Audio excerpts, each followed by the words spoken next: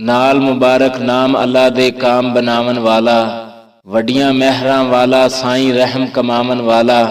अलिफ लाम ते मीम मुकत्ता पर अज राजे खुदाई, जाहर मतलब दस्या नाई, हिकमत खास रखाई।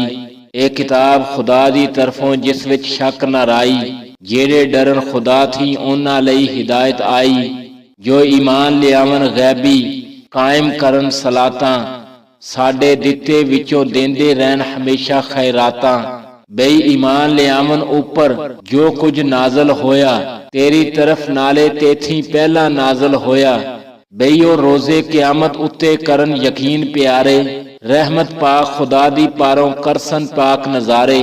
ओ ही है हिदायत उत्ते रब अपने दी पारों, बई भलाई पावन वाले उस आली दरबारों।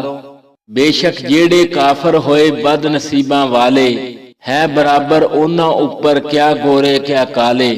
तुसी डराओ ना डराओ बिल्कुल इक्को जिहा, ओ ना किदे ईमान लियावन है वतीरा इहा। अल्लाह कीती मोहर उन्हां दे दिलां ते कन्नां उत्ते, बई पर्दा गफलत दा पाया उन्हां अखां उत्ते।